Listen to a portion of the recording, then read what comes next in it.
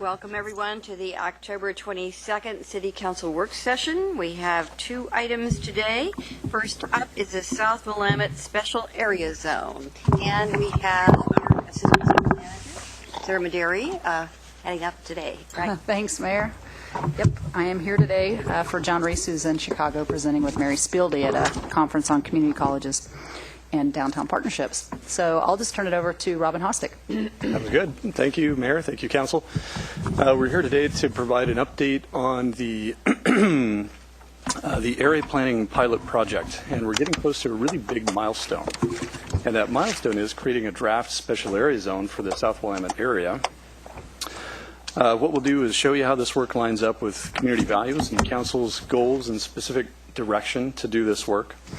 It's a very, very important step in realizing the community's vision that we've all worked so hard to create. There's a lot of rubber meeting the road, I would say, in this project. So we don't have a whole lot of time to get into all the details, but what we'll try to do is give you a sense of the depth of the conversation that we've had so far. We have Commissioner Bill Randall with us today. He's the chair of the Eugene Planning Commission. Council has given Planning Commission the important and challenging task of bringing forward well-crafted and thoughtful recommendations on land use topics. And Bill and his fellow commissioners have really rolled up their sleeves on this one. So we want to invite them to be part of the conversation. So I'll go through the presentation, and following that, I believe Bill has some remarks to share as well. So in a nutshell, what we're looking at is creating a special area zone. And before we get into too many of the background and details on this, essentially what a special area zone is removing the existing zoning in a particular part of town, in this case South Willamette. So that goes away, and you replace it with a new set of code regulations that are specific to that part of town. So we've done this a couple of times before. It's nothing new, but we'll get to that. Essentially, this is important because, and this is the rationale behind Council's direction on this, is that now that we have a vision, now this robust vision, we've said that we're not going to let it sit on the shelf. We need to take some action to actually realize that vision. And it's absolutely necessary that what we do as an important first step is align our regulations with that vision, because currently they're not aligned. And if we don't, right now a project could come in that doesn't meet a lot of our objectives, that doesn't meet the expectations of the community and the district. It's also a way of front-loading our code with the community's values and expectations, as well as the unique qualities of this part of town. And I'll get into that as we talk a little bit about area planning. It also streamlines the process. So basically what it says is if you meet these higher standards, then you're good to go. And if you don't, we're also proposing a process that is a more clear and flexible than anything that we've really looked at to date. So this project supports all the 7 pillars of Envision Eugene in terms of creating economic opportunity, creating housing opportunities, all the way to creating compact development that, of course, preserves farm and forest land. So it's the whole thing. But I want to call attention to a couple of these pillars. And there's this idea that, yes, we want to grow in a compact way, and we want to do that in a way that really supports livability in this community. And it's that balance is what we're working on, and that's where this project comes in. And that's the crux of our challenge, I would say. So with Envision Eugene, both of these images here are taken out of the recommendations. Area planning is the way that Council said we're going to approach this. So as we look at opportunities along our key transit corridors in these core commercial areas, we need to look at the unique qualities of each one of these places through an area planning process, and then have some kind of an outcome that really matches the vision. South Willamette was identified as a pilot project for this. So what we're talking about today isn't just for South Willamette alone. These are tools that we can use in any other part of the community and really get us quite a ways down the road in having those conversations in other places. So we're making an investment here in a toolkit. The purpose of the South Willamette Concept Plan, of course, was to engage the community in finding that balance that we just talked about. And we've done this in a very robust way. Hopefully you've had a peek at the attachments on the AIS. I think the first attachment shows about 45 different activities for anything from workshops to events with the community. It's been a tremendous outreach effort. So it's been a collaborative conversation. The idea is to create an actionable vision. Again, we don't want Envision Eugene to sit on the shelf, and this is an extension of that, is not a vision that we want to sit on the shelf either. So not only that, but we need to demonstrate a commitment to the values of Envision Eugene, not only to the community, but also to the state regulators who will be approving our community's growth plan. Just a quick snapshot of the public engagement that led up to the concept plan. Now, the concept plan is a precursor to the code conversation that we're having now. The code implements that in very close detail. We had a very robust conversation and sort of built gradually on ideas. And ultimately said that there are really three ways that we can implement a plan like this. The first one is to update regulations to align with the vision. That's what we're talking about today. The other two ways are we can enhance public infrastructure, things like parks and streets, and we can also make investments in certain kinds of redevelopment. For example, we're not talking about number 2 and number 3 today. We're really focused on the first one, so that's really the first thing that needs to happen in order for the other two to happen. So again, this is not new. We've done this before, twice in fact. We have a special area zone in the Walnut Station area that was completed in 2010. Another one in the downtown riverfront zone, which was completed last year. This project that we're talking about here, the special area zone for South Willamette, is modeled on both of these, as well as a lot of other research from communities around the country. So really looking at what's working best in other places. The concepts within the code that we're looking at achieving here, we're looking for appropriate locations for certain types of buildings, for example, mixed-use, multifamily buildings, and also some special, smaller, single-family type uses. Looking at creating significantly higher standards for development than I think that we have in any other location in town, but also providing options and flexibility for how to meet those standards. We're looking at establishing great streets. That's a very, very important part of this vision. In fact, the vision can't be achieved without it. Creating transition standards for neighborhoods. We've talked about transitions a lot in this community, and I think this goes a long ways towards addressing that. I'll show you how. We're looking at, again, at more housing types, what we're calling single-family options, providing additional flexibility and incentives in exchange for public benefits through the code, and also providing design review options for special projects and ways to meet the expectations of the community in a more unique way. So again, this special area zone replaces the existing zoning, and within that special area zone are certain subdistricts, and those subdistricts define what type of buildings are allowed, mixed use, multifamily, what have you.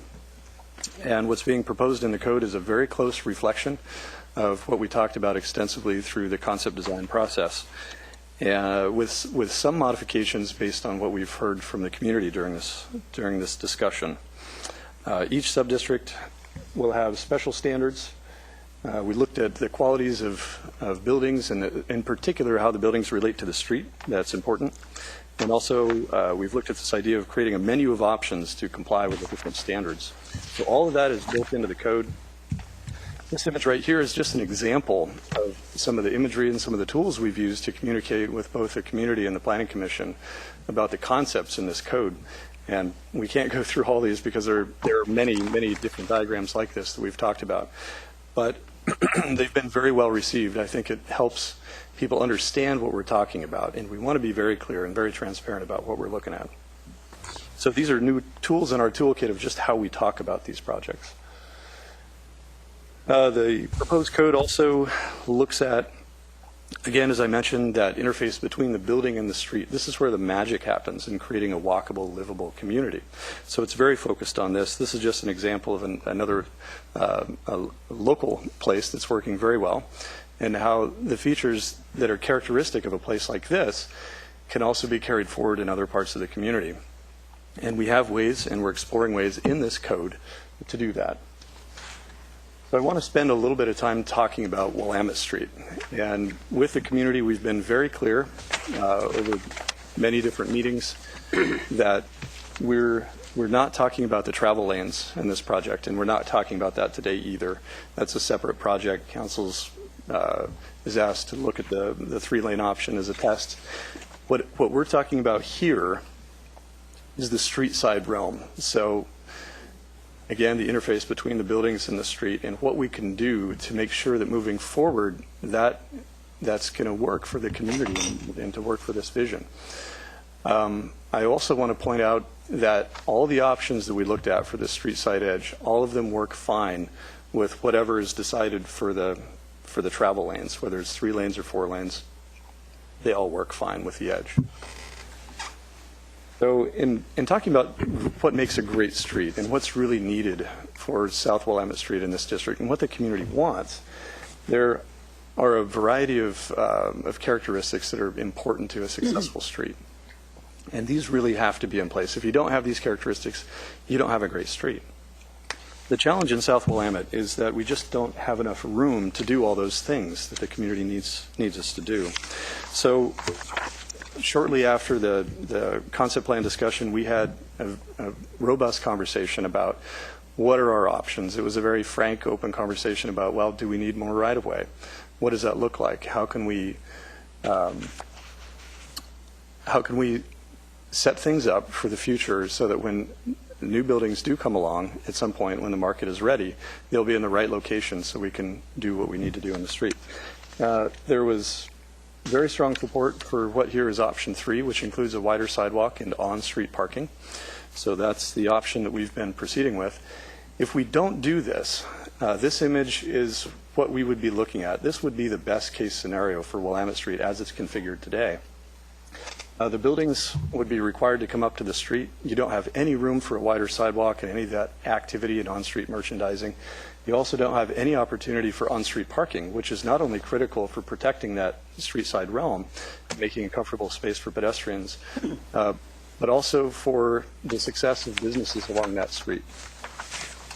So people didn't support that. You can see that this is an example here in town on 6th Street. The intent was, it was very well intended, it just isn't delivering on what it needs to do. So the proposal is, it's very simple. All we're proposing to do through this code is create what's called a special setback. And it's just like any other setback, except it happens to be specific to Willamette Street. And it's put in a place that we've already figured out leaves enough room to do those kinds of improvements over the long term. So in this case, it doesn't affect existing property owners. So if you have parking or whatever it is that's developed in that special setback area, property owners can continue to use that and continue to run their business as long as they choose. It really doesn't impact that. The only time it makes a difference is when you decide to redevelop. And I should say specifically when the individual property owners decide that it's time to redevelop. At that point, this is where the building would be located. So there would be plenty of room.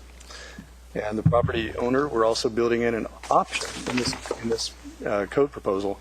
And this is new. We don't have this in any of our code right now.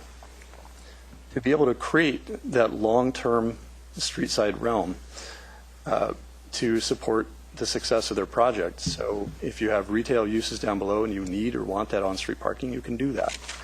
If you want the wider sidewalk and whatnot, you can do that. So we've been working very closely with our partners in Public Works and also having a lot of conversations in the community about how we can do that.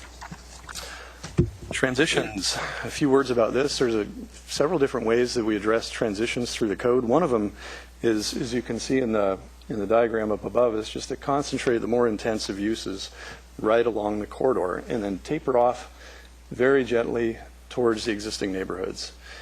In some cases, the recommendation is to introduce some what we call transitional housing types.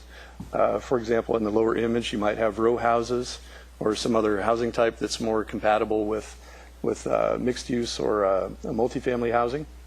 as a transition between the lower density existing neighborhoods. The upper image shows some things that you can do if you do have more intense uses next to less intense uses. There's a variety of standards that you can apply through a code, for example, creating buffers, adding trees, creating a slope setback. Let me see if I have this other slide right here. What we're going to be proposing in the code is actually similar to what is proposed or what was done in the university area with a sloped setback, except it actually takes it a couple notches up from that and introduces additional screening requirements and some building design requirements. Flexibility and incentives. So the idea here is, again, in exchange for the higher standards, we also want to introduce a little bit of flexibility to make sure we're creating meaningful opportunities for redevelopment in the district, allowing some limited flexibility for height and setback to accommodate special uses. And some flexible parking requirements, possibly more options for that. And I want to highlight that that's a point of discussion that's been happening in the community. There's concern about how much parking we require, and people are weighing in on both sides of that conversation. Height bonuses in exchange for open space is another recommendation. For housing types, I mentioned the single-family option subdistrict. This is we have very, very few housing types in Eugene other than just the single-family standalone house on a lot. Row houses, courtyard houses, cluster cottages, those sorts of things are very underrepresented in our community, and they're also a housing type that's more popular with smaller families, with singles, with retirees, and so we're looking at needing a lot more of these in the future. And so part of the recommendation in Vision Eugene, what the council's asked us to do is find ways to fit that in and look at the standards for that. So we're looking at simplifying the process for some of these. For example, row houses in particular is the most intensive type, only allowing those in specific locations. So not anywhere, but only in specific locations. Courtyard houses, cottage cluster, and then for each one of these housing types having specific siting considerations, building forms, requirements for architectural detailing and whatnot, to ensure that not only number one is the developer actually creating that housing type, but that the standards are in place to make sure that that housing type is compatible and works in a neighborhood like this. So just a word about design review. We had an excellent conversation with the City of Portland and their folks in their design review programs. Learned a great deal. We will be providing an alternative path, which will not be required because we cannot require in this community design review for any project that has a housing component, and that's due to the needed housing rule. Portland is the only community in the whole state that has an exception to that. So design review in this case is an option, but we're providing that option for anybody who wants to do a project that's a little bit outside of the box, still meets the standards and expectations of the community. But it's going to be different from the existing design review process. We'll have a much more robust set of design guidelines that are tailored to this particular district. And just a few words about the public engagement timeline for the draft code. Since the conversation about the concept plan, we've had quite a number of activities. I'll just highlight a few for you.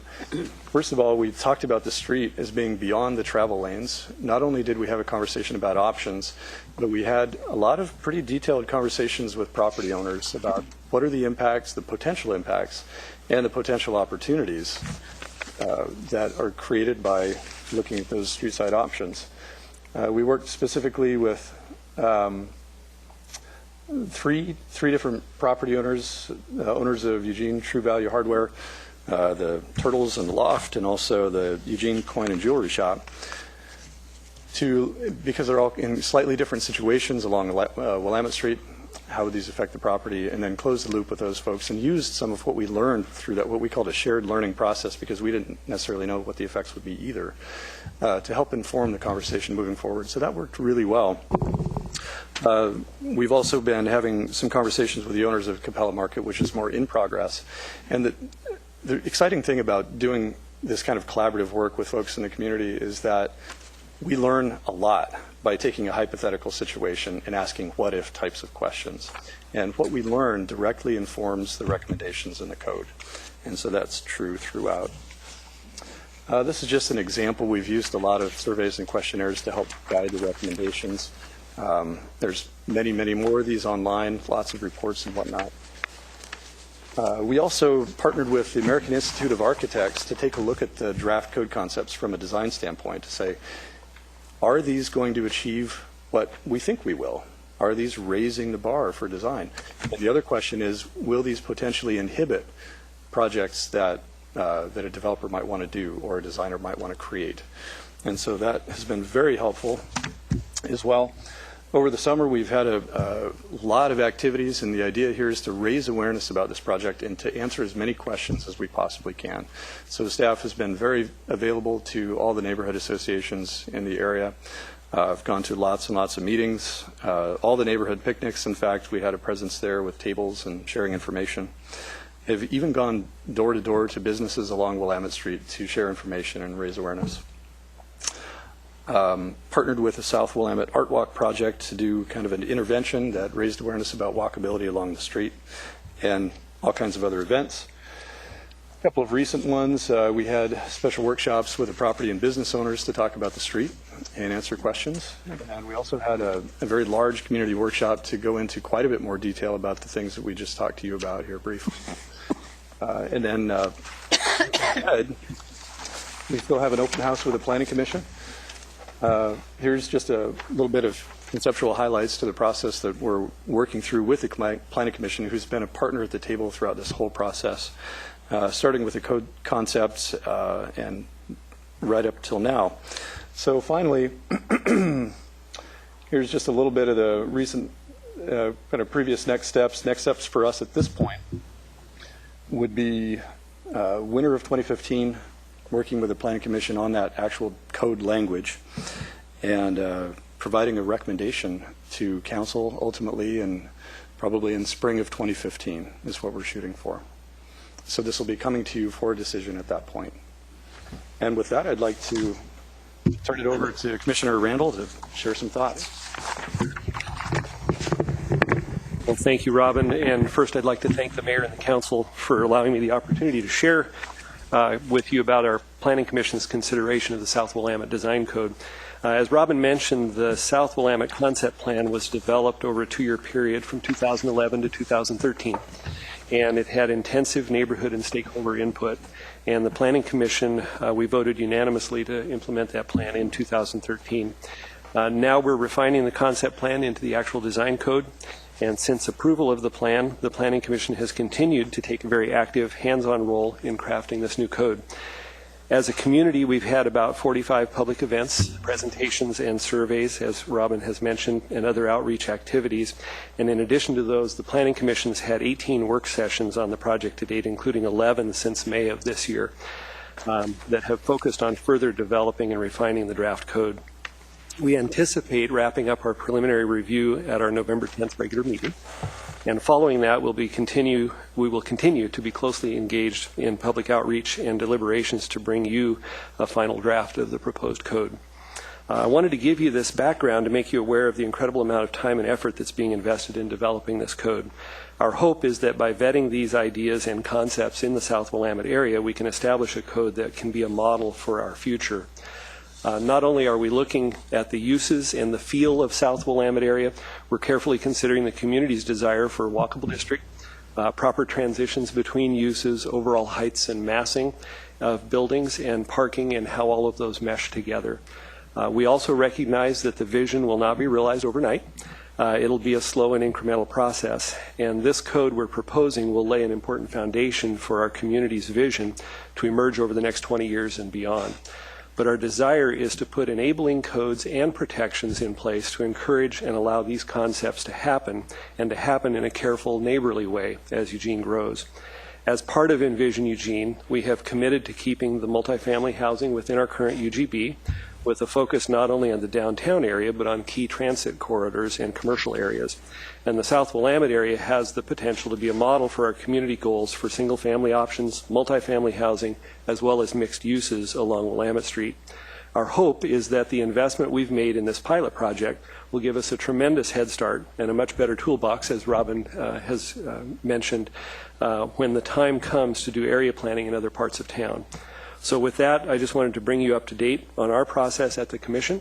And our process has been very thorough, and we feel the draft code that will be coming to you will be well developed and vetted through community input, staff input, and commission input. And I might add that I think it'll be very balanced. And I know Robin used that word earlier, and I think that's really a key word in all of this, is that we're hitting a good balance in the entire code. So with that, I just wanted to kind of bring you up to date on what the Commission's doing. Thank you very much for the presentation and getting us up to speed on this. Two things I wanted to comment on before I ask council is, one, I think this is an opportunity for council to bring up any issues they want you to be aware of as you move forward, both at the staff level and the planning commission level. So I think it is an opportunity for you to give input that they can take into their next round of planning and conversations, right? So I hope you'll think about that and share what you're thinking with them. And the other thing I thought about is, even though you have really, it seems to me, concentrated on engaging the neighborhood, this neighborhood in this process, you've said at the same time that this is sort of a prototype that you hope to use in other places. So I'm hoping that as you move forward, you can make it known more broadly in the community, because if this is going to be a prototype, other places in the community need to be aware it's happening and give their input in at this stage, because otherwise you'll think you've talked to people and everybody's okay, and then you may find that you didn't hear from, or people will say, well, I never said anything about it. I didn't know it was going to apply to me. So I just advise you to think about that and how we might roll it out as a broader concept into the community as well. Yeah, just briefly on that, that's a great comment. I also wanted to say that, of course, if any of the tools that emerge from this project would be applied in other parts of the community, we'd have a similar conversation about which tools are appropriate and for that particular place. Yep. But I just want to say, I think getting people engaged in the type of things that you're discussing right now, even though they may choose to use them differently in their area, is probably an opportunity we need to take advantage of in some way. I got George Poling in the queue. Thank you.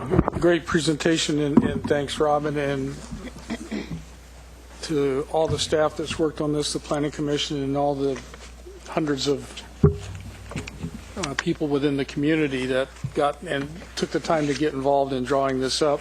I think we're on the right path for a pilot project, but as the mayor was indicating, one size doesn't fit all in this community. So although we may have it down this time, if we move it over to another part of town, certain things may not fit.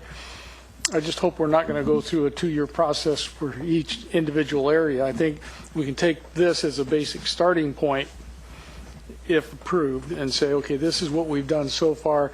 Let's move to, say, out West 11th.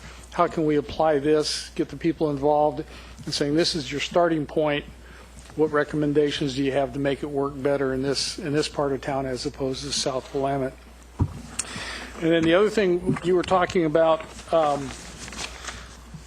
the street side realm, and I know you said we weren't discussing the actual street itself, but I think that having that discussion about the actual street itself while we're doing the rest of this is a very important part. So I hope we're having that conversation as we move along, and that it was just omitted just for this presentation. Is that my understanding? That's correct. Yeah.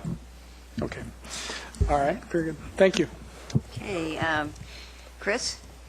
Thank you. I really appreciate the work that you've done so far and all the people that you've interacted with. I think that's a critically important piece of it because, as you said at the very outset, we're trying to figure out how we can align the vision of what we want with the different mechanisms to do that. And this is a perfect example of how important it is to not just be what you do, but how you do it. We're judged by how we did this process. And for me, the real challenge is a word that each one of you use. Robin, you used the word great when you talked about great streets, but you're really talking about great in terms of the larger sense of what we're ultimately trying to produce is something that people are going to look at and say, this is great. This is really good. And the other word is balance, which is how do you achieve greatness? In all the different cities I visited, anything that they ever created that was truly great involved some significant change. You had to actually tear something down or change something or mitigate something or move something around. And to me, Willamette Street right now is at best mediocre. And so to try to take something mediocre, it's profitable, but it's mediocre, and say, we want to make this great, there's no way to do it with the way it is right now. So the approach to say, how do we get from mediocre to great is the balance issue. You don't want to suddenly create something that's great, but it's unprofitable and nobody can ever make a living with it anymore. And so the structured around timing, I think, is the critical piece. You can't have great right away without somebody really getting hurt along the way. So you have to do it over a significant amount of time. But you don't want to lose sight of the fact that this will evolve significantly from the way it is now.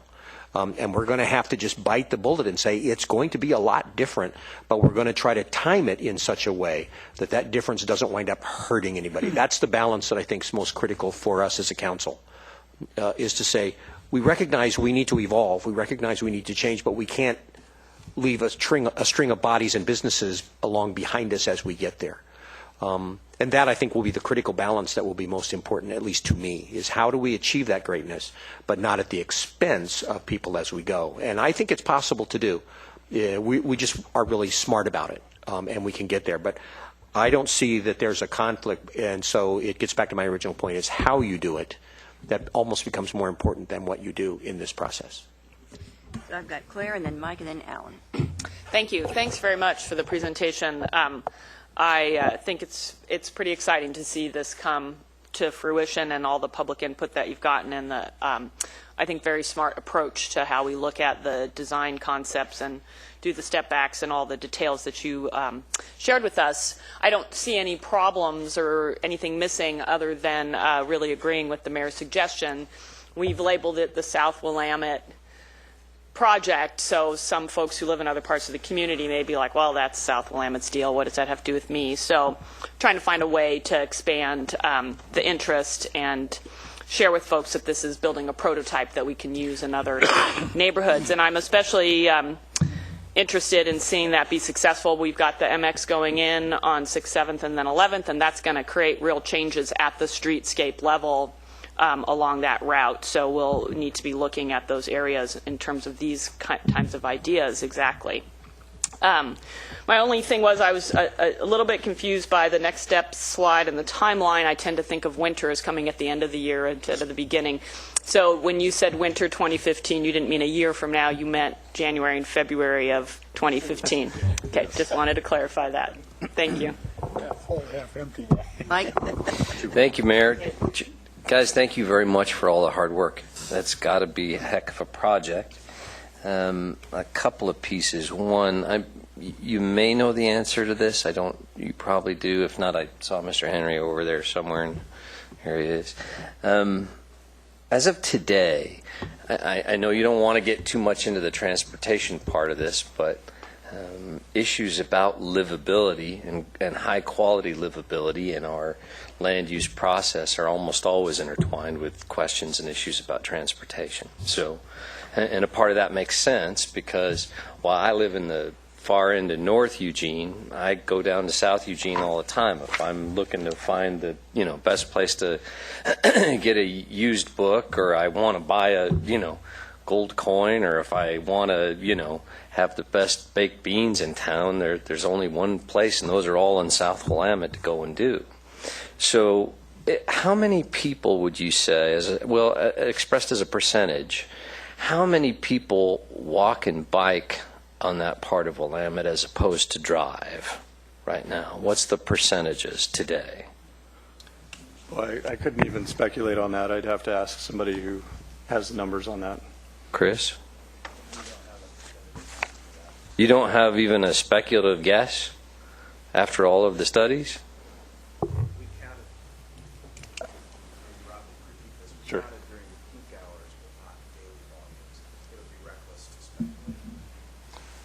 So Chris Henry's response was they counted during peak hours, not throughout all parts of the day. That wouldn't necessarily give a good idea. That's unfortunate. I wish we had just a raw guess so we could talk about this proportionally and from a higher, I don't want to get too prescriptive, but from a higher perspective here. One of my concerns is with special area planning, with nodal development, with 20-minute neighborhoods, those are all very good things. We've placed a high value on that kind of planning in our community. I think that's smart. I think walkability of neighborhoods and of special areas like this is very smart planning. And with the kind of infrastructure we build, we don't want to inhibit people from being able to do that. But at the same time, I don't want our overemphasis on walking and biking to become restrictive to driving, especially if we know, and now I'm just speculating, which may be irresponsible, but I'm going to do it anyway, that maybe 5, 6, 7 times, maybe 8 times as many people drive to that area as walk or bike in it, even once we get done with all of the changes to Willamette Street. What we don't want to do is create a kind of zone that intentionally or otherwise limits driving and parking by means of an overemphasis on walking and biking. Now, I'd use as an example Crest Drive. There isn't really anything we can do to make that a great street at this point, I don't think, although it seemed like a good idea from the start to take, the input of neighborhood folks and what the council thought was best about trying to limit the speed and the number of cars that drive down there. People in our community have a funny way of deciding for themselves where they want to drive. So I want us to make sure we're not creating, with this kind of good thinking and good infrastructure, we don't create an unintended restrictions on ourselves. Thanks. I've got Alan and then George Brown and then Betty. Yeah, I like the overall concept of the special area zone. By the way, the acronym for that could be SPAZ. You can use that without attribution. I like that it can be applicable to other areas too. And this is kind of the pilot. And I appreciate that it creates the vision that occurs over time and while not having any impact directly on existing businesses until that lot gets redeveloped. So I don't want people freaking out about this is going to change everything on Willamette. It's going to take a very long time to do that. It won't happen overnight. It'll be something that gets implemented as a transition. I like the concept of the great streets, and to me, those areas that are the most livable and the most successful manage to create a marriage between a walkable street and a bikeable street and an automobile street and a transit street, and allow activity to occur. And I think the setbacks are the real critical part of that. What is the current code for setbacks in commercial zones? Currently, the setback to the front lot line along the street is 0. Now, there's some flexibility. You can set a portion of your building back, I believe, up to 15 feet or something in some locations. If I'm mischaracterizing this, somebody in the back can shout at me. But currently, you in a commercial, like in the C2 zone, you would need to bring your building right up to that edge of the sidewalk. Street. Mm-hmm. Kind of like in the image that we saw. Yeah, on 6th Avenue. I don't quite get that code provision. Maybe you can explain it better. I think that's created problems in areas where, like, for instance, on West 11th, where we brought buildings right up to the sidewalk. When we wanted to do something with the street, that became a giant problem. I guess I don't really like that code. I would like to see us get away from that as much as possible and move. Maybe you can help me with the rationale behind that code. Well, I think the rationale behind having new buildings up against the street is to create it's called, in urban design terminology, framing the street and creating a sense, sort of a room. In typical, let's say, suburban development, you have possibly a sidewalk, and then you have parking, and then the building is set way back. And so it creates a very autocentric type of a place that's not conducive to walking and, that any kind of alternative modes. So bringing the building up to that street creates that room. It creates a much more pleasant space. It's not the only thing that does. And so that's generally the rationale, is what the code does is say, currently you can't have parking between the building and the street, and the building has to come up to the edge of the street. And yes, it's definitely created some issues in certain locations. The example of West 11th is a good one. And part of that is a need to plan those corridors far enough in the future and really understand what are the different pieces that we need to have in that street side realm to make it work, and then make sure that that setback is in the right place to allow that to happen. And so this is something I think that council has asked us to do several years ago, and this is going to make a big step towards giving us tools to do that. Yeah, I appreciate that part. I like that part of a lot. I think there's a difference between a setback that's way the heck down there and one that's reasonably close to allow some activity to occur between the sidewalk and the building, which I think is my preference of how we do that. So the 14-foot setback that's being proposed here I think that's a good idea. 22 is probably too far, and that's what you saw when you did your surveys. People didn't really like that because it was too much. Makes it be too far away. Okay, the second question I had was, you mentioned that the need for housing rule for residential areas prevents us from doing design review. I didn't quite understand that. Oh, so Portland has the only exception. yeah, that's correct. The needed housing rules essentially, and if anybody needs to correct me, they can feel free.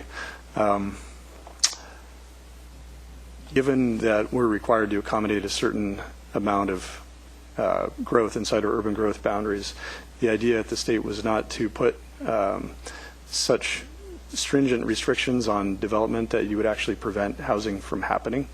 And so the needed housing rule essentially requires any community in Oregon to provide a developer with a clear and objective set of standards by which their project can be approved. So it cannot require any sort of discretionary analysis. It's pretty black and white. And the reason that Portland is an exception is they went to the state legislature, I believe in the early 90s, and argued successfully that, hey, there are places in Portland that have such special character that we need a higher level of review, including a discretionary review, to be able to have buildings come in here and still work. So they did that. Since then, they've attempted actually to do additional areas of town and to be able to have that discretion. They've been unsuccessful. So they're the only place in the state that can require that, and we can't. So what it boils down to is that design review is an optional alternative, but it's a very important one. Folks in the design community here have said, we don't want to be fit, we don't want to fit that box of standards, especially if you're raising the standards on design and being more prescriptive. We want an opportunity to exercise some creative license in how we do these projects. Not only that, but redevelopment projects are often very complicated and require a little bit of flexibility to fit into whatever situation they're in. So that's another reason that design review as an optional alternative is important. So I get that when it applies to residential. I don't like it, but I get it. Right. What about commercial? We've taken it so that we don't have any design review, and so commercial areas don't have the same kind of constraints, but we don't do design review at all. That's correct. Legally, we could require design review for commercial projects if there's no housing component. I did want to point out that one of the ahas that we came across in our meeting with Portland is that virtually all the projects that go through design review in Portland do so because they have to. And most of the areas of the city they're not able to require it. There are a few that do, but hardly any. So what they've found is the most important thing for them to do is to go through their clear and objective standards, just like we're doing here, and make sure that those really are in tune with what the community wants. And so this process that we're doing right now with this pilot project, Portland is actually saying they need to do in more detail. in different parts of their community. So having good, strong, clear, and objective standards is really important. So does this SPAS do that for Willamette? Yes, it does. Yeah. I'm going to make it stick. I'm gonna make the acronym stick. So okay. Jaws of uncertainty. So, but we could do that for commercial zones, because in some instances we've had commercial developments that completely didn't fit at all. A good example is the Coca-Cola plant on Chad Drive. But we could do that in commercial areas. Yeah, you could. What we're trying to do is front load the code as much as we can with the really important part of what makes a building work with a street, and try not to get into things like style. Yeah. It doesn't have to be Spanish Revival or what have you, but let the developer and the designer figure that out. But make sure that it has all those pieces along the street that work. Make sure the siting and configuration works, and beyond that, not try to get into. Does form-based code George Brown is next. Thanks, Mayor. So you, like, when things actually start happening after the standards are developed, do you see piecemeal redevelopment of like property by property, and then they would have to fit their development into the new requirements? Yeah, that's Right. correct. It's all expectations based on our analysis of what the market is doing and what the opportunities are, is that redevelopment will happen probably very slowly, and it will be piece by piece. So it would be an individual property owner saying, let's look at the economics of doing something on my property. This makes sense for me. I'm going to go ahead and do it, and then they would go forth with that. Okay. Yeah, and I read in some other planning document, it was something from Envision Eugene, something to the effect that public investments will be needed in this zone. The only ones I can think of are MUPTI, Urban Renewal, SDC forgiveness, for, maybe for a smaller project, low interest loans from the city if there's any funds that, are in that account. Are these things that, were there any, I know you're focusing more on the code rather than financing of any of these changes, but have there been any subsidiary discussions about, well, how's this actually going to happen? Yeah, absolutely. In terms of, so is part of the idea of not having a plan sit on the shelf, it's been very important for us to understand what is reasonable to expect. If we want to grow in a certain way, is that actually going to happen? So we've done a huge amount of research and analysis that really looks at the market tools that any developer in the community would look at to say, is this project going to be feasible or is it not going to be feasible? And given the market conditions in most of town, pretty much all of town, actually, there's a pretty significant, what we'd call a financial feasibility gap. And so you're not going to see a redevelopment project happen anytime in the near future unless economic conditions really change. For example, if wages are significantly increased in the community, or if construction costs go way down or something like that. Very unlikely to happen. So based on the past and based on the economic conditions, looking at this part of town, it's closer. The financial feasibility gap is smaller in South Willamette than in a lot of other places. Not nearly as close as, say, downtown or the Franklin area, but it's closer than, say, way out on West 11th or something like that. So there have been a lot of discussions in the context of Envision Eugene about what it's going to take to actually see redevelopment happen. Of course, the code doesn't make anything happen, right? Right. The code is just setting the framework. Right. And it's really up to the market to determine whether or not it makes financial sense to do anything. So if we as a community, for example, want to see additional housing or mixed use or something like that in a district through redevelopment, then we have to do something to help close that financial feasibility gap. And the tools that you mentioned are certainly possibilities. Okay. Well, the reason I I'm... just clarify one quick thing. I just want to clarify, because I think one point that's confusing is we won't see redevelopment on South Willamette that intensifies the use. So you will see things like a Wendy's changing to a Starbucks, where you have a one-story commercial changing to one-story commercial. We anticipate that will happen, but if we are going to grow jobs or housing where you have to actually develop more intensely, that's where the feasibility gap lies. Thank you. That's a great clarification. Okay, yeah, well, I mean, I've seen a couple developments just since I've been on council that contradict what you just said.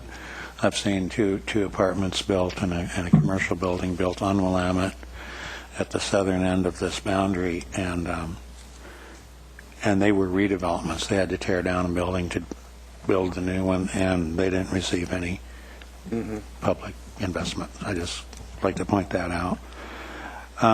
Okay, thanks.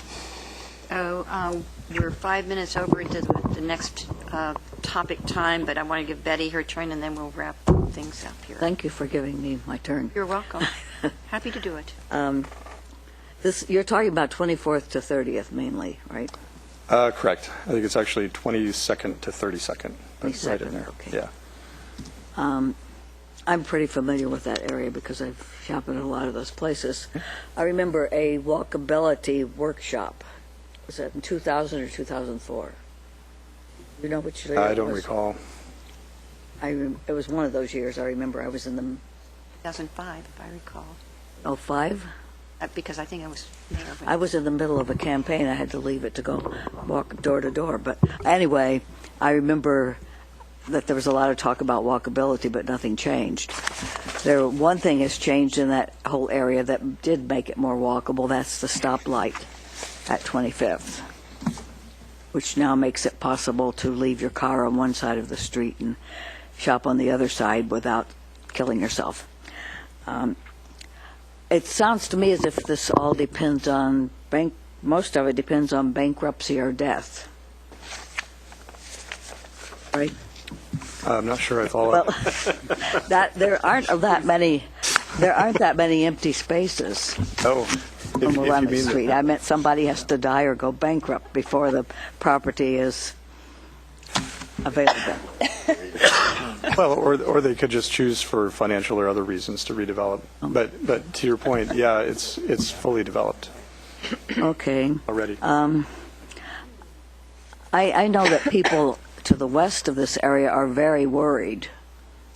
You say there have been a lot of outreach to the community, but they're very worried about what might happen to their homes or to their neighborhood. And I don't know how you satisfy that. But I was interested in Mike's saying, comparing this to Crest Drive. They're very different in many ways. One was a country road and one's a commercial street. But they're like in that it's too late in a way to do. We aren't starting with an empty space.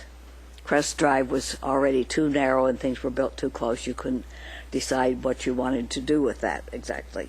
And in this case, it's pretty built up too. Without destroying some businesses, I don't know how you're going to expand and get rid of the parking, which is on the. So if someone wants to redevelop, then take Capellas, for instance, a place I go frequently, almost every week, every day. They are really dependent on their parking that is in front of the store. If they wanted to remodel and stay there to build something to the side or remodel, they then have to lose their parking. No, they wouldn't. That question has come up a lot. We want to allow property owners to remodel, do whatever they need to do with their current property. When we talk about redevelopment, we talk about somebody tearing down the building and building something new. And you can do a lot of remodeling before it's considered redevelopment. And If it changed ownership, how about then? No problem. No problem. They would still have it. Yep. Okay. So you're not thinking that anything will change anytime soon, right? We don't expect to see very much change out there. Going to get a stoplight by the shopping mall, right? I believe that's part of the proposal for the travel lanes project, the street improvement That will project. contribute somewhat to walkability, to being able to cross the street and walk on the other side. Thank you. Am I out of time? Yeah. Thank you. And I know we're past time, but if you'll grant me a couple of quick comments, I just wanted to respond to a couple things that have been said regarding the 3-lane, 4-lane option on Willamette and the setbacks in that and the traffic. And I know what we've been looking at is that street side realm. And in looking at that, either the 3-lane or the 4-lane option still works with what we're looking at in the code. And so I just wanted to make that clear that regardless of how Willamette settles out, whether it's 3 lanes or 4, this plan still works. And I think those special setbacks, as Willamette redevelops, will give us that extra space that we need to truly make a great street and a walkable, bikeable area. And then the second thing, I just wanted to respond to the design review that Councilor Zelenka brought up, and it is an option in this. And as an architect, not being pigeonholed into a box, I appreciate. And so having that option, and I think a lot of the architects who are part of the test drive like this too, that if we can still come up with a design that doesn't meet the absolute letter of what the code says, but it still meets the intent of what we're wanting as a community, we like that option. And sometimes we can't think of everything when we're writing the code. And to be able to have that as an option, I think, is a very important aspect of the code. So those are my 2 comments. So thank you.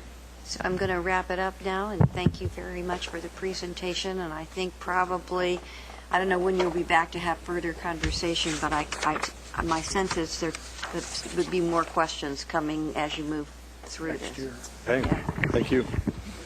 Winter. Thanks, guys. Which winter? Eugene Transportation System Plan Progress Report.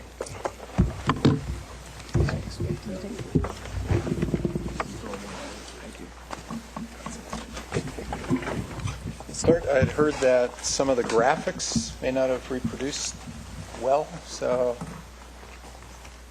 we need larger ones. You mean so we could read them? I did not do a PowerPoint. I wasn't sure. These are bigger. That would project during the daytime in this. And I usually appreciate the opportunity to speak less, so I'll self-edit as I go through. I appreciate the opportunity to provide this update on our transportation system plan. And what we expect early calendar year 2015, Envision Eugene and the transportation plan, which is usually called the TSP, should be gelling and coming together. And so you'll probably be getting a lot of information very quickly. So having this chance to provide a bit of background is, I hope, will be helpful to you. To recap very quickly, the transportation system plan will be basically the transportation element or function as a chapter to Envision Eugene. So as Envision Eugene projects the growth and development, as you've just been discussing, the transportation plan will explain how we can get around what our access and mobility standards might be within the community. The plan is being funded by ODOT, and they provided to us a very fine and capable consultant team with Kittleson Associates and CH2M Hill. They have ties to other transportation plans from this area and the scenario planning effort that's ongoing now. So we have some good ties with that.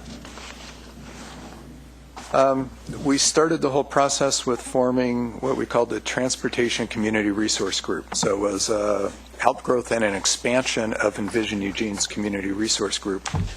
And they've been very helpful providing feedback to staff and the consultant team as we've been going. And some of the key things that we've heard is that the TSP needs to serve Envision Eugene, not steer the Envision Eugene. Let Envision Eugene and that strategy be the guiding principles. Transplan has served us well. That's our current transportation system plan, but it's also a regional plan, and it does not address climate change, energy uncertainty, resiliency, accommodating higher speed passenger rail, many funding issues, such as street repair and maintenance. And the term sustainability or sustainable does not appear anywhere in Transplan. So there's a recognized need in the community to update this plan to meet our current needs and priorities. The TCRG, the Community Resource Group, made it clear that our transportation system needs to serve our most vulnerable members of the community, the people that are, another term is transportation disadvantaged, people that have few means of getting around or few choices. And improving choices for everybody is a key theme that's coming out in the TSP. And while some of the other modes of transportation like freight and, transit and bicycle improvements get a lot of the press and discussion, there's a recognition that rail and freight is very important to the economic viability of the community, and also emergency services, the ability of emergency vehicles to get around town quickly and efficiently. And what emerged towards the end was an overall theme that in all else improves safety. That's sort of the overall theme. Direction to staff, they also said the goals and policies need to be very clear. The public needs to be able to understand what they mean, what the intention is, and if possible, what the outcomes will be if those are adopted. So we're doing a lot of revisions now to try to clarify that. We also recognize that Eugene is a maturing city. It's been around for quite a while. Most of the streets are in and are constrained in their right-of-way, as we just discussed for South Willamette. And most of the properties have something on them. So the whole vision from Envision Eugene is, to a large extent, building up, not out, to borrow a phrase from a previous study, and selective and strategic reuse of properties. The same will apply to the streets, that we need to be very strategic about street improvements. And some of the primary policies now will be to preserve and enhance our existing infrastructure. It's very important for all methods of travel. We need to make the streets more efficient by upgrading technology, demand management techniques, and being very strategic with infrastructure improvements. And the flip side of that is trying not to widen streets to add vehicular capacity as a matter of course. We need to try these other techniques first. The investments, transportation investments, need to be focused on improved safety, convenience, and comfort for the most vulnerable users. And by and large, this will mean sidewalk, bicycle improvements, and improvements to the transit network.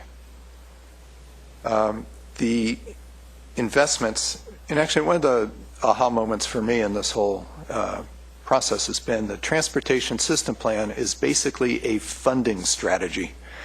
When you strip away everything else, it's what will we spend our transportation money on? What are the priorities? So when we make those investments, distributing the investments strategically and fairly around the community is very important. That gets back to the equity component. There's a large emphasis will be placed on implementing what Envision Eugene calls the key transit corridors, which are our main arterials.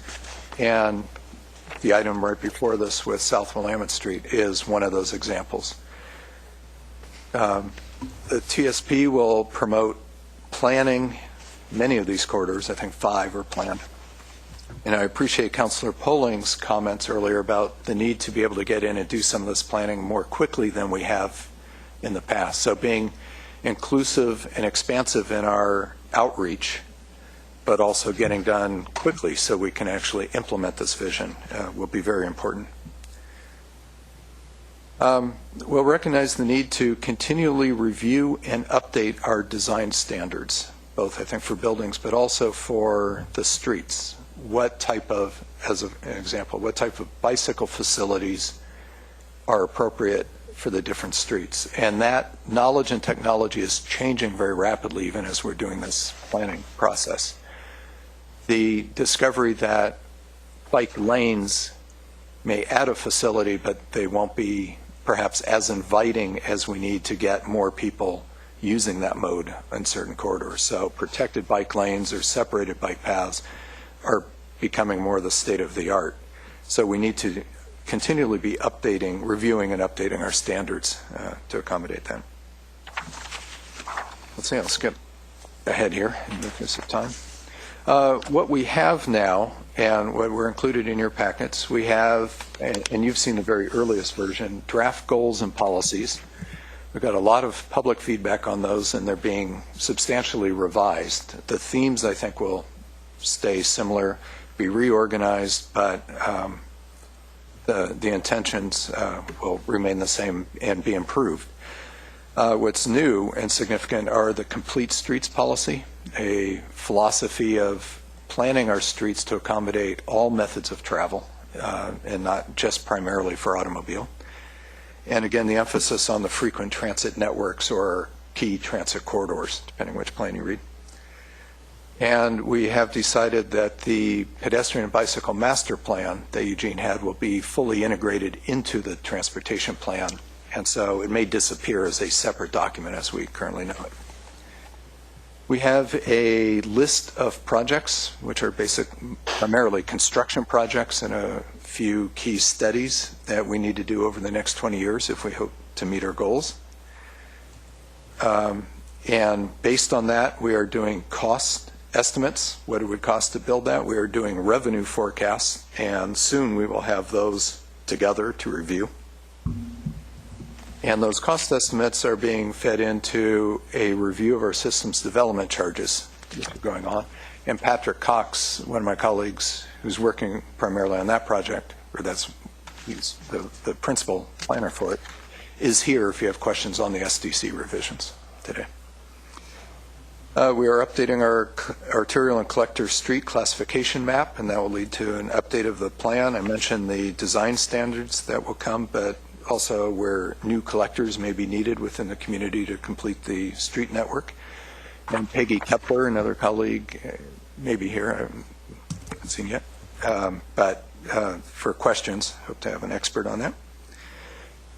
And very soon, in fact, we had hoped to have it for today's meeting, but we don't quite yet, is an update of the regional traffic model that LCOG maintains, updated to reflect all the growth that Envision Eugene is forecasting, plus our transportation system with all these projects built, and to see what that does to congestion and where the congestion may be.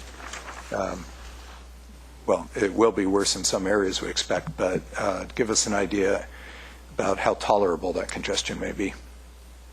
And again, we should have that and be out for public review by the turn of the calendar year. And we are coordinating closely with the staff with the Sustainability and Climate and Energy Division from the City Manager's Office, trying to figure how to effectively measure or forecast how the evolving TSP might meet our climate recovery ordinance and the other goals that this council set. And in conclusion, I'll say shortly before the meeting, I got a fortune cookie from a booth in the at Akisi Plaza, and it said, the fortune inside said, "Be prepared to modify your plan." So on that note, I'll kick it open for questions and comments from the council. Thank you. Thank you.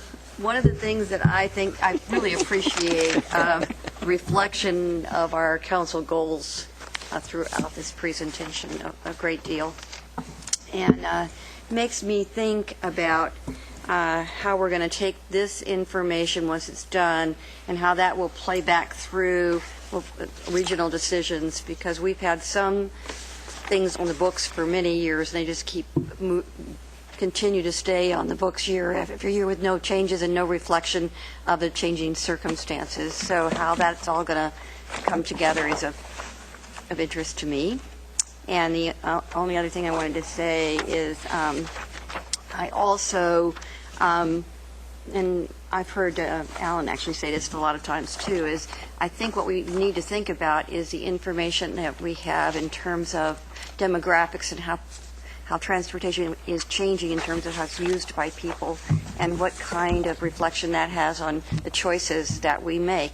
If we continue, as I heard this week at a presentation from ODOT, to see fewer and fewer people driving, different kinds of vehicles being used, what kind of impact will that information have on our planning and decision-making. And I think that's really important because it'll play through the whole fabric of our decision-making around land use and transportation. Yes. If I could respond. As you may recall, the state regulations and the timeline for updating plans are hooked primarily to the regional transportation system plan, which needs to be adopted collectively by the Eugene, Springfield, Coburg, and Lane County. The state has been rather tolerant of late in allowing some slippage on the regional plan so that Eugene can finish its transportation system plan so that what we decide can feed into the regional plan. And you're mentioning the demographics and the what appear to be changes in trends and societal needs and preferences for travel. Points out, and it goes across many different topics in the transportation plan, but things are changing and we're not too sure if they're long-term trends or not, and because we're at the cutting edge of, or the rarefied edge of, the number of people that walk and bike for commute trips already. There's few cities in America that surpass us in that. We don't have tools other places to look to and say, oh, if we did this, we would achieve X percentage increase in biking. So there's a lot of uncertainty. And one of our strategies in the transportation plan is moving forward with those changes and projects that seem to address our goals, local goals, and still remain flexible and be appropriate in different futures. So, and I know that's come up from the council before about what improvements are good for 5 different futures, and those I think will be reflected in our project priorities. Betty and Claire in the queue. Betty? I just wanted to ask, why is there a plan to add lanes on the Beltline? That's in line with what the mayor just said about people driving less, and Yes. It seems to me that it's sustainability. It seems better to focus on rail and other transit instead of adding lanes. The Beltline project, which is being led by ODOT, started before the transportation system plan.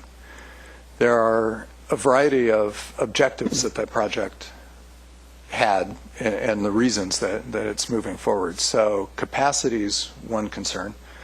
The existing Beltline was built, I forget exactly when, but it was not built for the volumes of traffic that it currently has.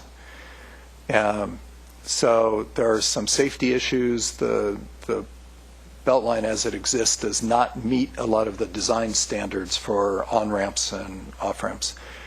And I know it's been a source of concern or complaints from the general public about those periods when traffic is stalled and stopped, and some safety concerns. So there's a variety of reasons why ODOT began the project and is still pursuing it. For the transportation system plan, our strategy was not to supplant all the work in the study that is continuing by ODOT, but it's essentially a placeholder in the TSP that can be amended when a final decision is made on the Beltline project by ODOT and this council. Then we can plug it in. What's in the TSP now, the draft for project, is ODOT's best guess of the facilities that could be built in the next 20 years. So there's a variety of on-ramp, off-ramp, safety improvements, and what is one of the bigger price items is the parallel bridge connecting Division and Delta Oaks. Now, if the final decision is to not build the bridge, for instance, or some of the other components, we can easily amend the TSP to reflect that. We probably should. Thank you. Okay, Claire. Thanks. Thank you, Kurt, very much for this work, really good work, and the presentation. And I do want to appreciate your response to Councillor Taylor about Beltline. Councillor Clark, Mike, and I serve on the steering committee for that, and sometimes for me it can seem like a really big disconnect between our local goals and what we're talking about in terms of trying to reduce carbon emission and vehicle miles traveled, and then the imperatives that ODOT brings to that kind of highway transportation system and what they're operating under in terms of mandates for accommodating future traffic. So, there's what the state is looking at and what we're looking at locally, and sometimes for folks kind of sitting outside that picture, it can be very kind of confusing that we're not living up to our goals, but in fact we are working with the state to try to accommodate future traffic, which I think we do need to do. Coming back to our local transportation plan, I am very supportive of the city adopting a complete streets policy. I think that is a really rational way to help us create balance between our modes, do it deliberatively, have a policy that's clear, and helps us walk through those decision points. I like the idea of looking to find more ways to incorporate protected bike lanes into our system. I think that will increase safety, increase usability of those bike lanes. And I just wanted to note in our prior staff presentation about the special use area and code changes, staff talked about balance and creating balance.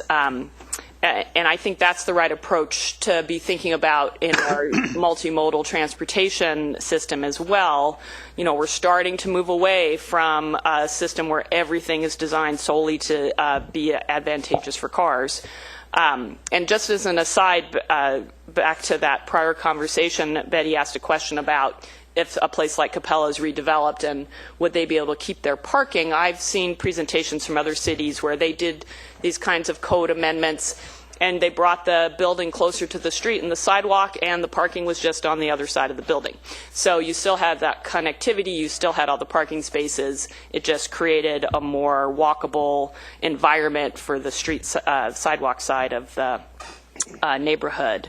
So I'm really looking for us to take advantage. We hear over and over again that communities that have invested in improving their bike and pedestrian infrastructure while also maintaining good access for motor vehicles, while not making that the sole thing that we're designing for to get to a destination, that these are the kinds of places people want to live. They want to see that happening in their neighborhood, and I think we are taking some great steps to do that here in Eugene.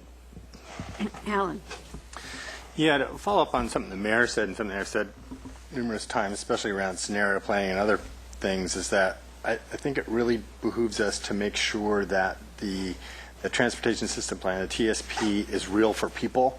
So it's not just another study. And by that, I mean it needs to be relevant, that if done right, the TSP will make their lives better, easier, safer, and cheaper. You can have all four of those, actually. So you need metrics around that. So we need to, things are like, because of the transportation plan, because of the TSP, we'll spend less time in congestion. We will reduce our cost of driving, and we'll be getting around easier by other modes of transportation. So if we could quantify those to the extent possible, I think it makes it more real for folks. So around those metrics about making it better, easier, safer, and cheaper is really, I think, one of the things that we should be striving to do within the TSP.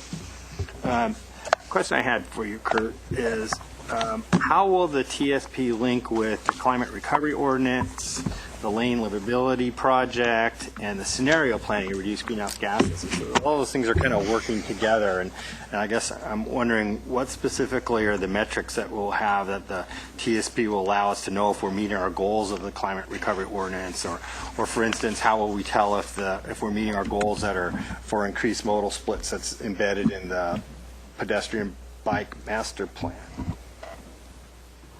About metrics. Yeah, we're working on it. I don't expect you to have it right now, but and I don't. A plan. We're coordinating with both the scenario planning and like I said, we're sharing one of the lead consultants is the same for both projects, and with our sustainability and climate and energy staff. Each of the projects, say the state goals for scenario planning and our climate recovery ordinance, have slightly different standards. So I know the city manager staff is working on trying to calibrate those. So they're all generally in the same ballpark and moving towards the same, but whether it's fossil fuel use versus VMT, or vehicle miles traveled reduced, there's some calibration that needs to go on. There are different end years that we're trying to measure. So that's part of the discussion. Also, the tools that are being used for regional scenario planning and greenhouse gas reduction, which is that the Green Step model, we're having a lot of discussion now about if that can be modified to do a city-only or one city model run, and that may not be the best tool. There are other tools coming out of ODOT and the state that are also looking at these, so we're setting up meetings now, different agencies, and to compare the tools and find out what measurements or what way of measuring and the metrics make the most sense for us and how effective they would be. My sense now is that we'll be taking a reasonable, informed guess when we move forward and saying, if we do these things, we think we're on the track, and I think it will come down to monitoring over time, say every few years, of reassessing and seeing where we are and if we're trying to meet those targets or not. Yeah, I think the sirens are right on cue. I think there is a sense of urgency about this, and that 5 years ago when we were talking about tools, everybody's going, tools? What are you talking about? Today we're talking about all the different tools that are upcoming and the ones that we actually have, and I think creating those metrics so that we can track that over time and see our progress are really important, especially integrating all of these things together because they're all so closely linked and working on the same things with the same kind of goals. If I can add, I think right now it's looking like the scenario planning may be a half step ahead of this, so I think you'll have the opportunity to have some of this discussion in the regional context before we're bringing draft policies to this body anyway, so right. Which may be advantageous. Yeah, good. So we'll see new chapters in the TSP that weren't Perhaps. there before that relate all these things. Last questions are about Beltline Delta Highway intersection and how the planning is related in that ODOT project to the TSP and how that works. And if we're seeing people's changes in behaviors and attitudes about driving, for instance, the age group, I think 18 to 26 range, we're seeing lowest Oregon driver's licenses percentage ever, lowest car ownership ever, more emphasis on different modes, reduction and leveling off of VMTs. So all these things are reflected. So how are they reflected in the TSP, and how do they relate back to that Beltline Delta Highway intersection plan? Yeah, currently the TSP, the project's described, it's meant as a placeholder so that the decision on Beltline would be made independently. So we're assuming some improvements for purposes of modeling the traffic and congestion and the flow and the spillover effects that the model can give us for automobile traffic. We're assuming a certain level of improvements to Beltline. And that's based on the discussions that ODOT's had with this community and updates to the elected officials already. Should that decision about Beltline change, we'll amend the TSP. So the TSP isn't the decision point for that, it's the ODOT process. That's how we've set this up. The TSP, so that's why it's a placeholder. That's how we set it up. Now, there were some assumptions made about drivers, and there are some fairly assertive assumptions about people shifting modes, bicycling, say, during the peak hours, or I think there's a quadrupling of transit ridership community-wide during that period. So ODOT's already done some forecasting and saying, well, we're being aggressive on transit networks, so they plug that into the model already. And they still see a need for the improvements that are in the TSP. Like a 24% increase in alternative modes in that intersection? I think so, like that? yes. Hey, Chris? Thank you. This is really interesting for me, not only from the fact we're trying to predict the future, which is always an interesting challenge. The future ain't what it used to be. Is also the notion, and for me, this is really a significant factor in me being able to have any sort of an intelligent conversation about transportation, is where and when. Because if I'm talking about a urban core area, the mix and proportion of different modes of transportation is going to be significantly different than if I'm talking about an outlying area or even between two communities. And so the notion that we're somehow trying to create this either or, you've got bicycles and buses versus cars, to me it's not a versus discussion. It's a what's the appropriate proportion of each kind of transportation for the where we're in. And that's why, for me, Beltline, when I look at this map, I can see that Beltline is not part of the urban core. It's a major arterial that is far enough out and serves the city in such a way that we have to provide transportation, whatever the future is it's going to be. We didn't get rid of horses and wagons because we woke up one morning and said we don't like horse poop anymore. We got rid of horses and wagons because we replaced it with another form of personal transportation. And when I look into the future, humans will still crave personal transportation. I mean, we will get on the bus when it's appropriate and when the where fits getting on the bus. And I will be the first one to get on the bus when there's a reliable system that gets me to where I want to go. But I'm not going to give up personal transportation for those situations where I need it. And so to say we no longer need to build infrastructure for personal transportation, I think, is short-sighted. What the question becomes is we need to be very thoughtful about where we build the infrastructure for the proportion of different kind of transportation we think we're going to have in each area. In downtown, I would say we don't want to invest in any more personal transportation infrastructure. Downtown is really not where cars are going to be the primary mode of transportation at some point in the future. But when we talk about some of the more outlying areas, if I want to get to Veneta, for example, or I want to get to Portland, I'm probably going to need personal transportation for a long time. So to say, stop building roads, we're not going to need them anymore, I think is not really taking into account the fact that the different kinds of transportation we need in different places is going to be significant. And so we'll need all of them, but we have to be really smart about where we're going to need each one of them. And that's what I look at these plans and to say, does this plan look like it's taking into account the appropriate wheres for each kind of transportation? And to a great extent, I think that's really what you're trying to do. And that's why I go along with this, because I don't think you're off base in one area or another, but you're trying to find, to key on the previous conversation, the right balance, and that's what's important. I'd even add how much. Yeah, and how much? How much, Mike? Thank you, Mayor. I want to absolutely underline an exclamation point everything Chris just said. I agree with that completely. That's my experience as well as somebody who rides MX every day now. I can tell you that there are times and places when that's both appropriate and the best possible mode of transportation.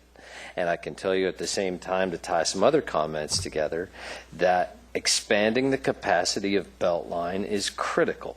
It's absolutely critical. It is, if not the most, one of the most unsafe and congested facilities in the state of Oregon. All of the information, as Claire mentioned, that we study in the process of the steering committee on this proves out that if you consider the current ODOT standards of performance for capacity and safety, it fails at nearly every intersection between, I-5 and River Road on a fairly massive scale. People die there and have at Delta and Beltline, and it's very important to people, especially in North Eugene, to see that capacity expanded. There are several plans to do that. 2 of the 3 create another crossing that relieves congestion and makes it safer to do so, and creates another crossing on the river there. And I think that's the wiser choice at the moment. But I agree that we should be looking at this systemically, because certain places have certain needs, but certainly the Beltline is in fairly massive need of added capacity. And while some people in some places may be looking at modes differently, I agree that the individual mode of transportation will simply never go away. The demand for it will never go away. The vast majority of people who live in our community will demand individual transportation for the foreseeable future. It's crazy to think it'll be powered by gasoline vehicles, but it will always exist. And so that capacity piece doesn't have as much to do with the other as making sure that we make it safe and easy enough for people to get around. So I hope we aren't saying that in this system plan, in order to have a balanced system, we're looking at anything that would keep us from improving Beltline.